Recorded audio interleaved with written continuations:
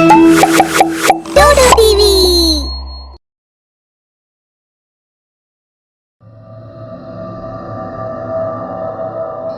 रोहन अभी महज 15 साल का था और उसके मम्मी पापा दोनों ही एक सड़क हादसे में मारे गए। रोहन ने अपने चाचा और चाची के साथ रहना शुरू कर दिया। वो दिन भर घर का सारा काम करता और बदले में कुछ रूखा सूखा उसको खाने को मिल जाया करता। रोहन, जल्दी से सारे कपड़े धो दे, फिर तुझे खाना भी बनाना है। अगर 1 बजे तक खाना नहीं बना तो आज खाने को कुछ नहीं मिलेगा तुझे। जी चाचा जी, मैं सारा काम कर दूंगा टाइम से। रोहन को तो जैसे अब इस जिंदगी की आदत सी हो गई। फिर भी वो रात में सोने से पहले ये जरूर सोचता कि अगर उसके मम्मी पापा जिंदा होते तो उसको कितना प्यार करते और उसको पेट भर के खाने को भी मिलता। इन्हीं ख्यालों में वो अक्सर नींद के आगोश में चला जाया करता था और सुबह उठकर फिर घर के सारे कामों में लग जाता। एक दिन सुबह उसकी काफी देर से आंख खुली। उसने देखा कि उसका शरीर बुखार से तप रहा है और पूरे शरीर में बहुत तेज दर्द भी है। वो किसी तरह उठा और उसने ये बात अपनी चाची को बताई। चाची, आज मेरी तबीयत बिल्कुल ठीक नहीं है। बहुत तेज बुखार है और हर जगह बहुत दर्द है। मैं थोड़ा आराम कर लूं? आराम का नाम सुनकर चाची को गुस्सा आ गया और वो रोहन पे चिल्लाने लगी। अच्छा, आराम करेगा तो काम क्या तेरा बाप करेगा? काम चोर कहीं का, जल्दी से पूरे घर की सफाई कर दे। मैं और तेरे चाचा थोड़ी देर के लिए बाजार जा रहे हैं। अगर काम नहीं हुआ तो हमसे बुरा कोई नहीं होगा। चाचा और चाची बाजार चले जाते हैं और रोहन सोचता है कि वो थोड़ी देर आराम कर लेगा तो शायद बेहतर महसूस करेगा। उसके बाद उठ के सारे काम भी कर लेगा। वो लेटकर आराम करने लगता है और उसकी आंख लग जाती है। थोड़ी देर बाद जब चाचा चाची आकर देखते हैं कि कुछ काम नहीं हुआ है तो वो चिल्लाने लगते हैं। नालायक, सो रहा है, कुछ भी काम नहीं किया अभी तक। मुझे माफ कर दो चाचा, मैं अभी सारा काम कर देता हूँ। वो काम करने लगता है पर बुखार के कारण उसके हाथ नहीं चलते। ये देखकर उसके चाचा को और गुस्सा आ जाता है और वो पास पड़े डंडे से उसको मारना शुरू कर देते हैं। रोहन रोने लगता है और गिड़गिड़ाने लगता है। मुझे छोड़ दो चाचा, मैं सारा काम कर दूंगा, मुझे मत मारो। वो रोते रोते बेहोश हो जाता है। जब उसकी आंख खुलती है तो वो मन ही मन बहुत दुखी होता है और हाथ जोड़कर भगवान से विनती करता है। हे भगवान, मेरी मदद करो। अगर तुम सच में इस दुनिया की रक्षा करते हो तो मेरी भी मदद करो। ऐसा कहकर वो बिना कुछ खाए ही फिर से सो जाता है और जब उसकी आंख खुलती है तो उसका बुखार पूरी तरह गायब होता है। वो सोचता है उसे इतनी भूख लगी है, कुछ खाने को मिल जाता तो कितना अच्छा होता। उसके ये सोचते ही उसके सामने खूब सारा खाना आ जाता है।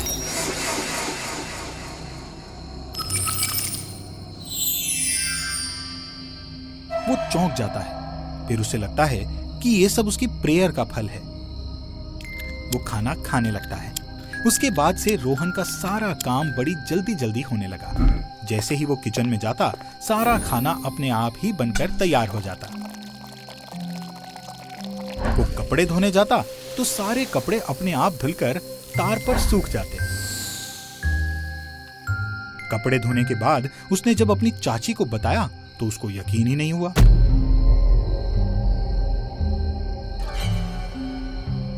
चाची, मैंने कपड़े धोकर सुखा दिए हैं। इतनी जल्दी कैसे किया तूने ये सब? रोहन के चाचा भी वहां आ गए। 10 मिनट पहले ही तो मैंने तुझे कपड़े दिए थे, इतनी जल्दी कैसे धो दिए? साफ नहीं धोए होंगे जरूर, काम चोर तो तू है ही। ये बोलकर रोहन के चाचा ने सारे कपड़े दोबारा से जमीन पर गिरा दिए और कहने लगे, सारे कपड़े दोबारा धो के सुखा दे, वरना इस घर में सोने की भी जगह नहीं मिलेगी। चाचा चाची दोनों अपने कमरे में चले गए। रोहन थोड़ा मायूस हो गया। उसने दोबारा कपड़े धोने शुरू किए तो फिर से सारे कपड़े अपने आप ही धुलकर सूख गए। रोहन बहुत खुश था। रोहन के चाचा चाची ने बाहर आकर देखा तो सारे कपड़े सूख रहे थे। वो हैरान रह गए। उसके चाचा को गुस्सा आ गया।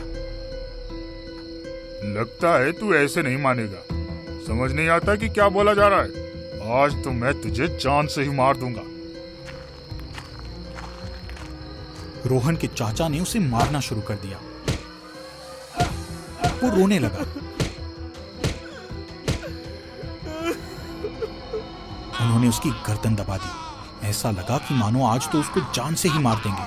तभी अचानक रोहन के चाचा का उसकी गर्दन से हाथ छूट गया और वो हवा में झूलने लगे। वो बेहद डर गए।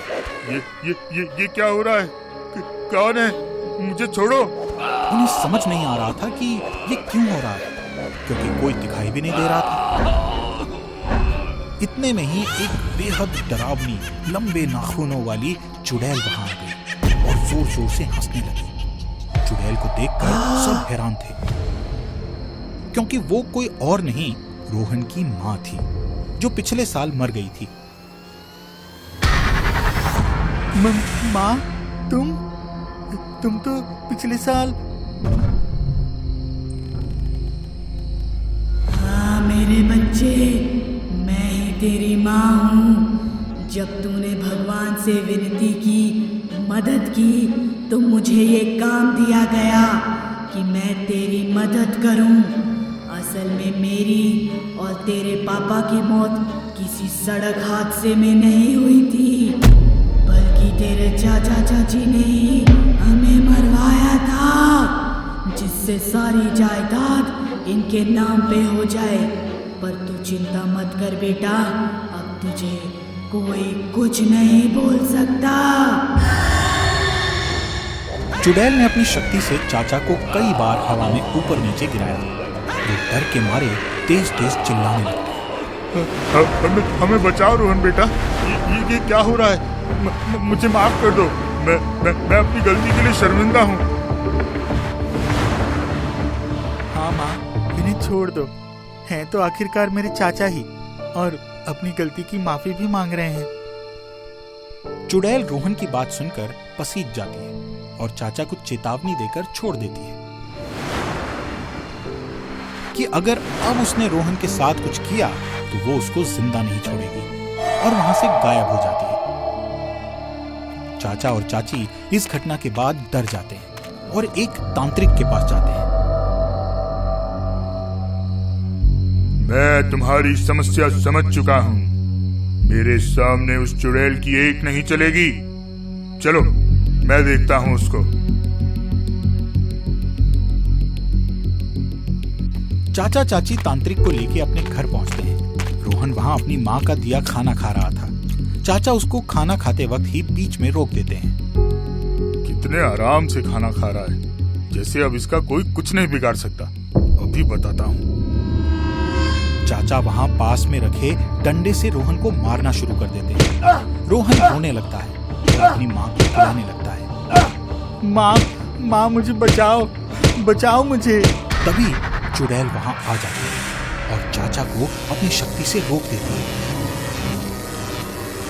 ये देखकर तांत्रिक भी अपनी शक्ति चुड़ैल के ऊपर छोड़ता है। दोनों के बीच भयंकर लड़ाई होती है।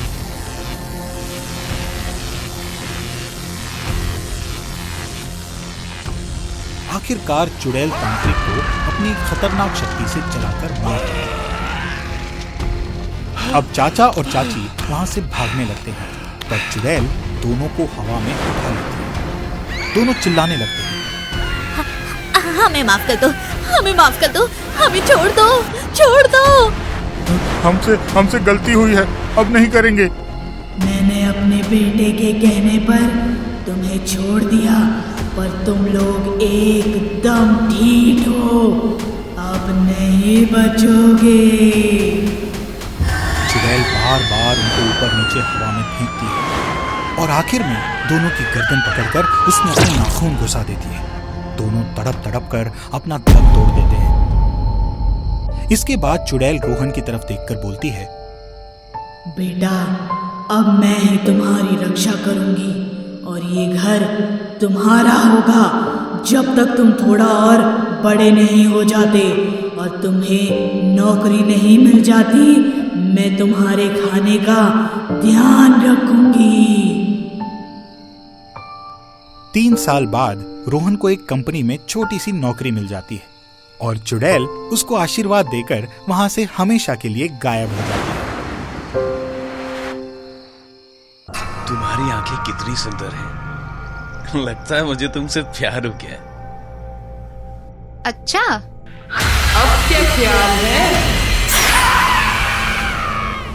सर्दियों का मौसम था और मनाली में होती बर्फबारी का आनंद लेने के लिए एक प्रेमी जोड़ा पहुंचा। इंदौर के रहने वाले इस कपल के बीच बहुत प्यार था। कितना मजा आ रहा है ना सिमरन, है ना? तुम्हें काम से फुर्सत कहाँ मिलती है? मैं तो कब से कह रही थी कहीं घूम कर आते हैं। एक दूसरे पर बर्फ फेंकते थोड़ी देर। मैं तो थक गई यार, चलो होटल वापस चलते हैं। मैं भी थक गया और भूख भी लग रही है। दोनों होटल आ जाते हैं। लिफ्ट में उन्हें एक सुंदर लड़की मिलती है। राहुल और सिमरन दोनों उस लड़की को बहुत गौर से देख रहे थे। कुछ ही देर में वे दोनों अपने कमरे में पहुंच गए। वो लिफ्ट वाली लड़की तो कितनी सुंदर थी ना, है ना? हाँ, तुम्हें तो बस मौका चाहिए। लेकिन मुझे उस लड़की को देखकर किसी की याद आती है। किसकी याद? सिमरन शीशे के सामने बैठकर अपना मेकअप ठीक करते करते। एक बहुत सुंदर लड़की की। बात कुछ साल पहले की है। गंगा नदी के किनारे बसा एक सुंदर शहर था जहाँ मेरी माँ का बचपन गुजरा। इसी शहर में रहने वाले एक लड़के का नाम था विक्की। भाई, लगता है यार मैं ना सिंगल ही रहूंगा। अरे पगले, दिल छोड़ा ना कर, तेरा भाई है ना। तू क्या करेगा? तू बनेगा क्या मेरी गर्लफ्रेंड? ओह नो, मैं नहीं। ये देख, ये आप करेगा। या ना तेरा भी मैच किसी ना किसी लड़की के साथ हो ही जाएगा। दोस्त की बात मानकर विक्की ने ऐप डाउनलोड कर लिया और 2 दिन बाद ही उसका मैच बहुत ही सुंदर लड़की से हुआ। भाई, मैच हो गया, ढेर सारी बातें भी हुई, कल हम दोनों ने मिलने का प्लान भी बनाया है। शानदार यार, अब तू भी कमिटेड बॉयज क्लब में शामिल हो गया है।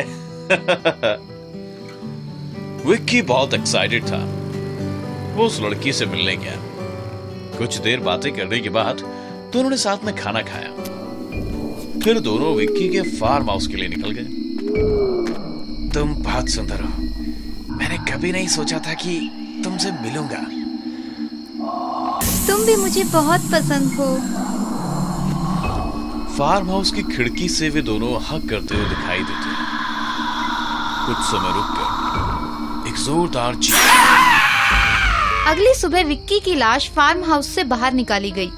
पुलिस ने उस लड़की को ढूंढने के लिए बहुत मेहनत की, लेकिन कुछ हाथ नहीं लगा। फिर उस शहर में इसी तरह से 2 महीने में 28 मौतें हुई। शहर में चारों तरफ एक खौफ था। लड़कों ने घर से बाहर निकलना ही छोड़ दिया था। फिर एक दिन, देख भाई, मेरा मैच आया। कितनी सुंदर है लड़की। हम दोनों ने मिलने का प्लान बनाया। रोहन, शहर में एक डायन का आतंक है जो ऐसे ही लड़कों को फंसाकर मार डालती है। तू बच जा भाई। भाई, इतनी मुश्किल से तो तेरे भाई को ना किसी ने आई लव यू कहा है, और तू? और वैसे भी ये सब अफवाह ना मैं नहीं मानता। रोहन उस लड़की से मिलने गया। दोनों ने साथ में खाना खाया और फिर लॉन्ग ड्राइव पर निकल पड़े। एक सुनसान जगह पर गाड़ी रुकी। तुम बहुत सुंदर हो। मैंने कभी नहीं सोचा था कि हम साथ होंगे। दोनों हक करते हैं और तभी उस लड़की का चेहरा भयानक रूप ले लेता है। कौन हो तुम? जैसे ही वो डायन रोहन पर वार करने वाली थी, तभी रोहन का दोस्त एक तांत्रिक को लेकर वहां पहुंच गया। रोहन, पीछे हट जाओ। जादू टोने से डायन को काबू में कर लेता है। तुम्हारी किस्मत अच्छी थी कि तुम बच गए, इस डायन ने सैकड़ों लड़कों को अपना शिकार बनाया है, लेकिन याद रहे, ये कील जिस दिन निकल गई तबाही होगी, तबाही। अच्छी कहानी है। लगता है तुम्हें उस लिफ्ट वाली सुंदर लड़की से जलन होने लगी है, इसीलिए तुम ऐसी ना मनगढ़ंत कहानियां बना रही हो। नहीं यार, ये कहानी उतनी ही सच्ची है जितनी सच्ची मैं। राहुल होटल के कमरे में खाना मंगाता है। राहुल खाने लगता है और पूछता है, फिर क्या हुआ उस लड़की का? फिर काफी साल बीत गए। उस शहर के लोग उस लड़की को भूल गए, लेकिन ये कहानियां अभी भी बच्चे बच्चे को पता है। अभी 2 साल पहले इंदौर के पास कुछ ऐसी ही घटनाएं हुई। तुमने जरूर सुना होगा, कहते हैं तांत्रिक द्वारा गाड़ी गई कील किसी तरह से निकल गई। ऐसा कैसे हुआ? फिर क्या हुआ? तुम्हें गोलू याद है, जो शर्मा जी के घर पर किराए पे रहता था, इंजीनियरिंग का स्टूडेंट? हाँ, अच्छा लड़का था, लेकिन काफी दिनों से दिखाई नहीं दिया, है ना? दिखेगा कैसे, उसकी मौत हो चुकी है। आया था एक दिन मेरे पास, बहुत खुश था। दीदी, मैंने आपको बताया था ना कि एक लड़की से बात कर रहा हूँ मैं। हाँ, क्या हुआ? तुम दोनों शादी कर रहे हो? नहीं दीदी, शादी अभी नहीं, लेकिन हमने साथ में शिमला मनाली घूमने का प्लान बनाया है। आज निकल रहे हैं। Wow, that's great. खूब एंजॉय करना। बेचारा फिर कभी नहीं लौटा। उस डायन ने बेरहमी से गोलू को मार डाला। संभालो खुद को, मुझे भी दुख है उसकी मौत का। भला लड़का था। मुझे सिर्फ गोलू की ही नहीं, सभी लड़कों की मौत का दुख है। खैर छोड़ो ये सब, अपना मूड ठीक करो। हाँ, चलो कई बार घूम के आते हैं। सिमरन और राहुल इवनिंग वॉक के लिए बाहर निकलते हैं, लेकिन कमरे से निकलते ही लिफ्ट में फिर वही लड़की। राहुल उस लड़की को देखकर थोड़ा सहम गया। सुनो, तुम्हें एक खुशखबरी देनी है। क्या है वो खुशखबरी? मेरे मॉम डैड ने हमारे रिश्ते के लिए हाँ कर दी है और वो तुमसे मिलना चाहते हैं। ये सच में बहुत अच्छी खबर है। चलो कुछ मीठा खाते हैं। इस ट्रिप से लौटते ही ना, मैं सबसे पहले तुम्हें अपने घर ले जाऊंगा। दोनों कुछ देर बाहर वक्त गुजारने के बाद वापस अपने कमरे की तरफ लौट रहे थे। लिफ्ट में अंदर जाते ही वो लड़की फिर से दिखाई देती। उस लड़की को देखकर राहुल को पसीना आने लगा।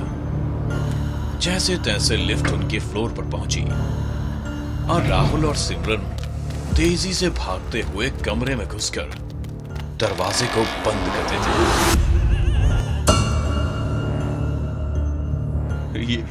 ये लड़की बार बार क्यों मिल रही है? कहीं वही तो नहीं? मुझे बहुत डर लग रहा है। अब मैं बाहर नहीं जाऊंगा। Rahul, calm down. ऐसा भी तो हो सकता है कि ये सिर्फ इत्तेफाक हो। सिमरन, जितनी बार भी हम कमरे से बाहर थे, हर बार मिली है वो। ये इत्तेफाक नहीं होता। तुम्हारी कहानी वाली लड़की का फिर क्या हुआ? क्या वो पकड़ी गई? पता नहीं, काफी समय से कोई मामला सामने नहीं आया। शायद किसी तांत्रिक ने वह कील उसके सिर में फिर गाड़ दी होगी, या क्या पता अभी भी किसी शिकार की तलाश में हो। जैसे तैसे सिमरन राहुल को शांत करती है। राहुल कुछ देर शांत होकर लेट गया और सिमरन उसके चेहरे पर प्यार से हाथ फेरने लगती है। तुम आराम करो, मैं ये मेकअप उतार लेती हूँ। लाओ, ये मैं करता हूँ। अच्छा जी, ये मेहरबानी क्यों? हम तो हमेशा आप ही की खिदमत में जनाब। मस्का। मेकअप साफ करते हुए, तुम्हारी आंखें बहुत सुंदर हैं। जी करता है इन्हीं में खो जाऊं। बालों में कंघी घुमाते हुए, तुम्हारे बाल एकदम रेशमी। कहते कहते राहुल कंघा सिमरन के बालों में चला रहा है, तभी कंघा बालों में फंस गया और जोर लगाने पर कील निकल पड़ी।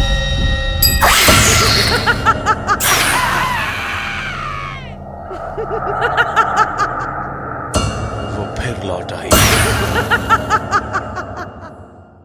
मैं मुंडन नहीं करवाऊंगा माँ। स्कूल में दोस्त चिढ़ाएंगे। कराना पड़ेगा बेटा, देख पापा ने भी कराए हैं। कुछ भी हो, मैं नहीं कराऊंगा। गोलू स्कूल के लिए निकल गया। रुको बच्चे, जिंदा रहना है तो मुंडन करवाना होगा। राजगढ़ गांव के ठाकुर साहब का बेटा आज पूरे 4 साल बाद अपनी पत्नी और बच्चे के साथ गांव लौटा। उफ, यहाँ कितनी धूल और गर्मी है। निधि प्लीज कुछ दिन मैनेज कर लो ना। स्टेशन से एक महंगी कार उनको ठाकुर साहब के घर ले जाती है। आ गया मेरा शेर, कितना बड़ा हो गया है मेरा राजा बेटा। नमस्ते पापा जी। नमस्ते चाचा नमस्ते जी। चाचा जी। जीते रहो बच्चों, अंदर जाकर थोड़ा आराम कर लो, शाम को चाय पर मिलते हैं। वे दोनों अंदर चले गए। सभी लोग चाय पीते हुए बात करते हैं। पापा, आपने अपना सिर क्यों उड़ा दिया? हर साल इस गांव में एक मुंडन कार्यक्रम चलता है, सभी गांव वाले अपना मुंडन करवाते हैं। इसकी कोई खास वजह है क्या? एक परंपरा है गांव की, और इस परंपरा के लिए हम बिट्टू का भी मुंडन करवाएंगे। निधि ये बात सुनकर गुस्सा होकर अंदर चली जाती है।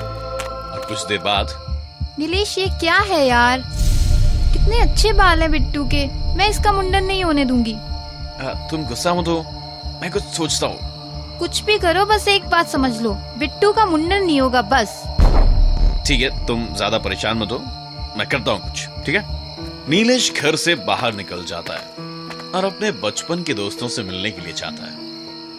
और प्रीतम, कैसा है, क्या हाल चाल? यार बढ़िया, तू बता। मेरा भी सब बढ़िया ही है। कुछ देर गप्पे लड़ाने के बाद, यार एक बात बता, यहाँ कुछ लोगों ने अपने सिर को ढक कर क्यों रखा हुआ है? यार क्या बताऊं, अजीब ही घटनाएं हो रही हैं। एक बरगद का पेड़ है जिसके पास जो भी आदमी गुजरता है आधा कच्चा हो जाता है। तो इसीलिए मेरे पिता मुंडन की बात पर अड़े हैं। इस समस्या का लेकिन हल तो ढूंढना होगा। गांव के बाहर एक बाबा रहते हैं, शायद वो कुछ समाधान कर सके। नीलेश उन बाबा की खोज में निकल पड़ता है। कुछ दूर चलने के बाद सामने एक पेड़ के नीचे एक बाबा बैठे हुए दिखाई देते हैं।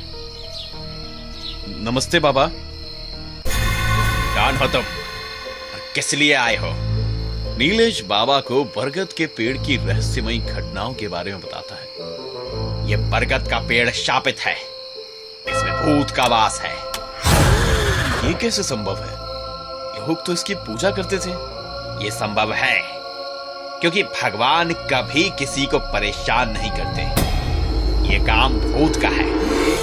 काफी समय पहले गांव में ही एक आदमी ने इस पेड़ से लटक कर आत्महत्या कर ली थी और उसी दिन से ये पेड़ शापित हो गया। पास ही बैठे ताश खेल रहे लोग ये बात सुनकर हंसने लगे। उनमें से एक बोला, बाबा, कहां इस बाबा की बातों में पड़े हो? ये तो कुछ भी बकता है। अपनी समस्या सुलझानी है तो तांत्रिक कप्पाला के पास जाओ। नीलेश उन सभी की बात मानकर तांत्रिक की खोज में निकल पड़ा। आधी रात का समय और घना जंगल, बहुत ही भयानक माहौल। लेकिन नीलेश बढ़ता गया। तभी अचानक, अरे ये मेरे पैरों को किसने जकड़ लिया? नीलेश कुछ समझ पाता उसके पहले ही उसके पैरों को किसी मजबूत चीज ने जकड़ लिया था और अपनी ओर खींचने लगी। नीलेश पीछे मुड़ता है और सामने बरगद की जड़ों को देखकर भयभीत हो गया। लेकिन जैसे तैसे खुद को उन जड़ों से जान छुड़ाकर भागने लगता है। भागते भागते वो एक विशाल गड्ढे में गिर जाता है और उस गड्ढे में फिसलता हुआ सीधे एक भयावह गुफा में पहुंच गया, जहां एक भयंकर तांत्रिक बैठा है। कौन है तू और यहां क्यों आया है? गांव में बरगद का पेड़। समझ गया तेरी समस्या। चिंता मत कर, समाधान हो जाएगा, लेकिन कीमत ज्यादा देनी होगी। मैं तैयार हूं। ये गांव वाले पागल हैं, कुछ भ्रम पाल कर बैठे हैं। इन्हें मूर्ख बनाकर पैसा ऐंठ सकता हूं। तांत्रिक अपनी योजना बनाने लगा और नीलेश वहीं जंगल में बैठकर सोचने लगता है, क्या इस तरह गांव वालों की इच्छा के बिना तांत्रिक को बुलाना ठीक होगा? मुझे एक बार गांव के लोगों से इस बारे में चर्चा कर लेनी चाहिए। सुबह होते ही नीलेश गांव वालों से बात करने जैसे ही गांव में जाता है, वो गांव का नजारा देखकर हैरान हो गया। क्या हुआ चचा? गांव के कुछ खेत और कुछ घर जल गए, कुछ लोगों के मुंडन भी हो गए हैं। नीलेश ये बात सुनकर परेशान हो जाता है, तुरंत अपने घर की ओर दौड़ता है। घर पहुंचकर, निधि तुम ठीक तो हो? और बिट्टू कहाँ है? यहीं बाहर खेल रहा होगा। क्यों, क्या हुआ? बिट्टू को ढूंढो और घर में ही रहना, बाहर खतरा है। लेकिन हुआ क्या और तुम इतने परेशान क्यों हो? नीलेश निधि को पूरी घटना बता देता है। ये क्या हो गया नीलेश? अब ये सब कैसे सुलझेगा? मैं कुछ कोशिश करूंगा, तुम बिट्टू को ढूंढो जल्दी। निधि अपने बच्चे को ढूंढने में लग गई और दूसरी तरफ नीलेश बाबा को बुलाने के लिए दौड़ पड़ा।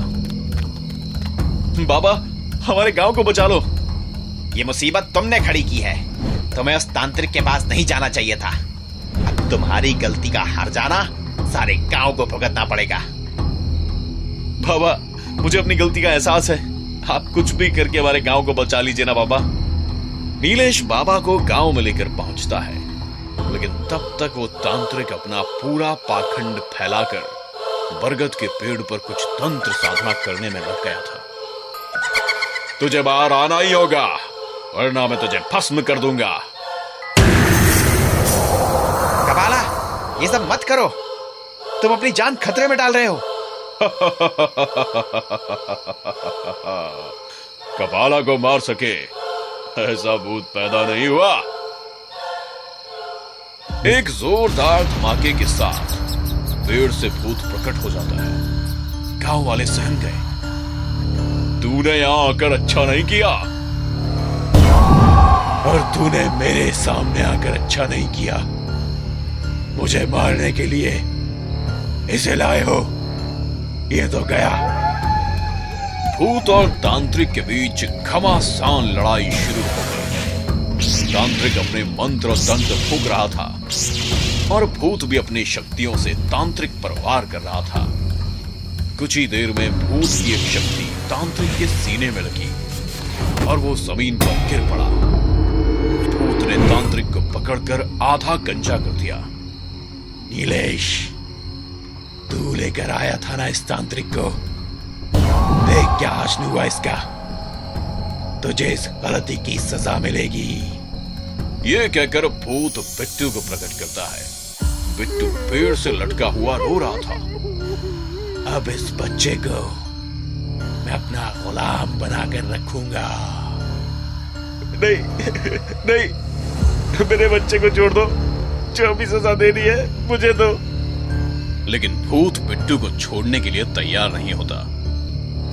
किशन, मैं जानता हूं तुम्हें। गांव के सभी लोग ये सुनकर अचंभित रह जाते हैं। बाबा, ये किशन कौन है? यही है किशन। बेचारा पास ही के गांव का किसान था। एक रात फसल बेचकर इस गांव से गुजरता था, तभी कुछ लुटेरों ने इसका सारा धन लूट लिया। मैं ये बात सालों से चीख चीख कर कह रहा हूं, लेकिन ये गांव वाले मुझे पागल समझते रहे। ये कहानी सुनकर पूरा गांव शांत था। सबके सिर झुक गए। अब भूत भी भावुक होकर कहने लगा, उन लुटेरों ने मेरा सिर मोड़ दिया और चाकू से कई वार किए। रात के अंधेरे में उन लुटेरों को पहचान नहीं पाया। इस गांव के लोगों ने मेरी एक ना सुनी और मुझे घायल और भूखा प्यासा मरने के लिए छोड़ दिया।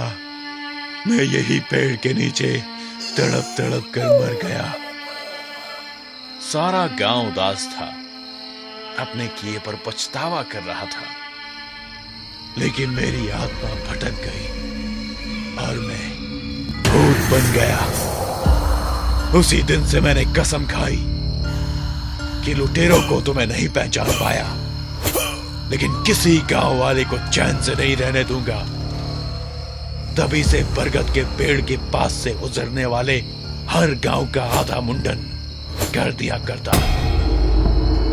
ये बात सुनकर सभी चौंक गए। लेकिन हमारे ही क्यों? क्योंकि तूने उस तांत्रिक को बुलाकर बहुत बड़ी गलती की है। अब तेरे बेटे को तुझसे छीनकर तुझे सजा दूंगा। तभी ठाकुर वहां आ गया और बोला, मेरे पोते को छोड़ दो, मैं अपने किए पर शर्मिंदा हूं। लेकिन गलती तो मेरी थी पापा, आप क्यों माफी मांग रहे हो? बेटा मैं पापी हूं, वो लुटेरा मैं ही हूं। मैंने ही अपने साथियों के साथ उस रात किशन को लूटा था। सभी गांव वाले ये बात सुनकर एकदम दंग रह गए। लेकिन मुझे अब उस पाप का एहसास हो चुका है बेटा।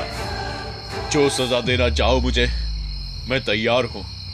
सजा तो मिलेगी ठाकुर, तुम्हें भी और तुम्हारे साथियों को भी, ताकि भविष्य में कभी कोई और ऐसा ना करे। ये कहकर भूत ठाकुर और उसके साथियों को उसी बरगद के पेड़ से लटकाकर मौत के घाट उतार देता है। और अब मेरा बदला पूरा हुआ और मुझे मुक्ति मिल गई है। अब मैं कभी किसी को परेशान नहीं करूंगा। भूत चला गया और माहौल एकदम शांत। नीलेश और निधि शहर वापस लौट गए। लेकिन आज भी इस गांव के लोग हर वर्ष किशन की याद में अपना सर मुंडवाते